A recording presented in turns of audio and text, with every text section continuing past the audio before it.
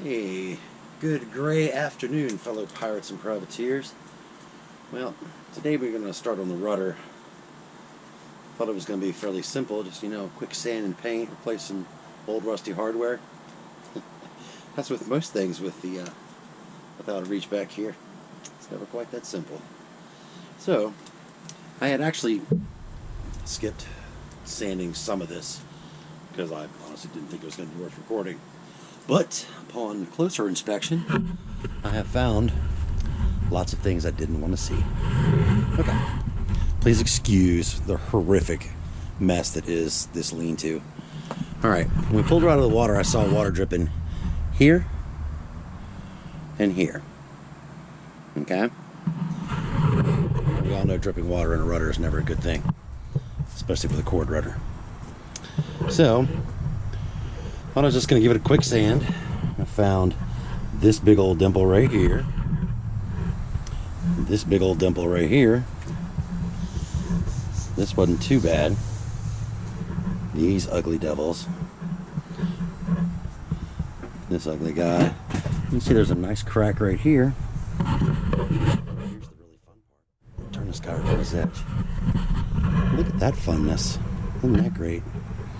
Nice crack that goes all the way up to the top. And we got some cracks in here, some gel coat stuff, nothing fancy. This is the side that I had already sanded before I decided this was gonna be worth recording. As you can see, the cracks here. These don't look too bad. And every one of these white spots where I brought it down to gel coat were all ugly, what I thought were stress cracks. Fortunately, it doesn't look like they were. They were just where whoever had painted the bottom pin on this rudder before didn't do a great job. It's kind of lumpy and crappy, but anyway, we got that fixed now. The other side over here, and you can really see this big dimple, a big chip. Same split in the top of the rudder. All kinds of cracks and chips and ugliness going down here. Concerning, don't get me wrong, but what I really found concerning was when I actually inspected the I think these are pintails, if I say that right. I don't know how visible this is going to be, but I'm not sure you can see it, but each spot where it would slide through is completely rutted out.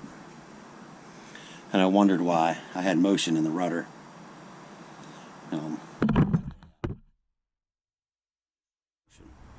Like this, forward and back. So now I know. Okay. So other than being completely grooved and worn out, they were in pretty good shape. All right.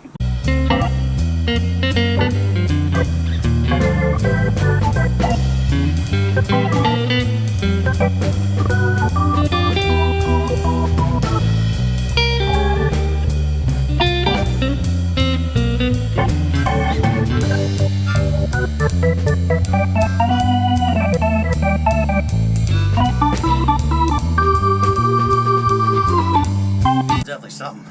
Whew. Didn't take nearly as long as I thought, though. I'd already done that one side, so that made it considerably easier. But anyway, yeah, this is going to be quite a bit of work. There's some spots I'm actually going to have to re-glass.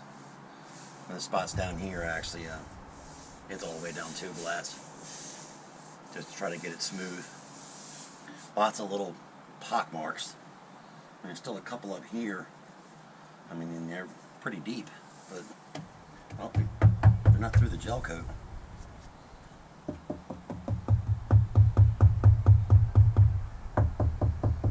Hear that? Versus that.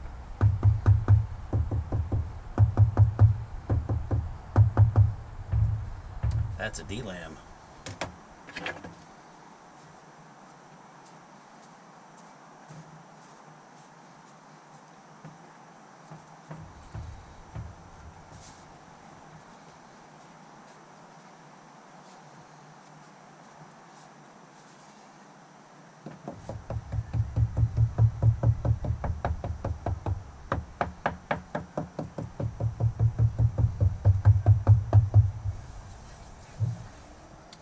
this big.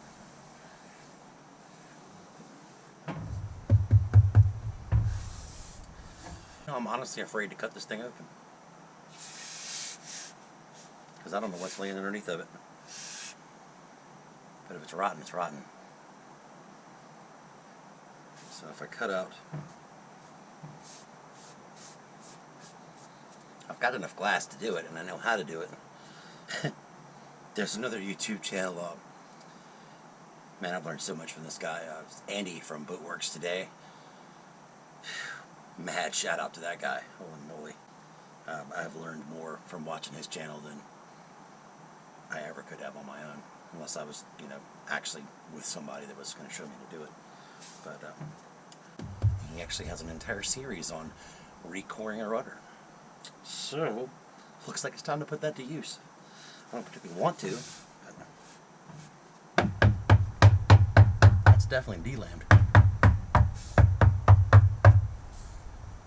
Go ahead and try to mark out where the hollows are, and then this guy right here. I'd like to so shout out to my oldest friend, Jeff Rogers, currently living abroad and loving the world, for letting me use his tools. Anyway, all right, let's see.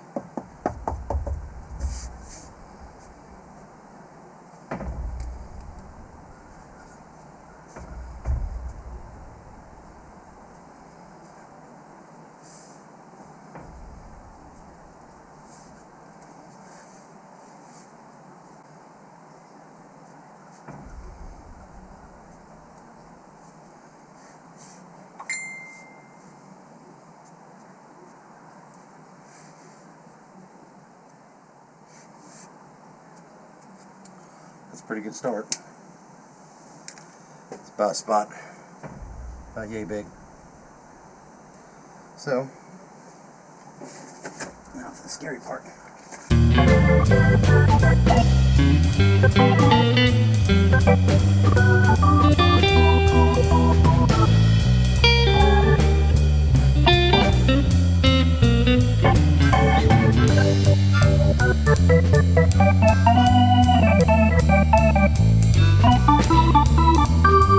Just got to be careful not to get down too deep and get through the other side.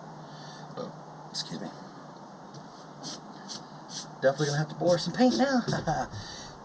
Shoot. Yep. I pointed out the spot down here. It's definitely the point of water intrusion. Because over on this side, where this hole is, it's still laminated and still strong. But this one I saw over here, where I actually saw water dripping out of it, that one is actually delaminated. Shoot. Alright, well, in for a penny, in for a pound.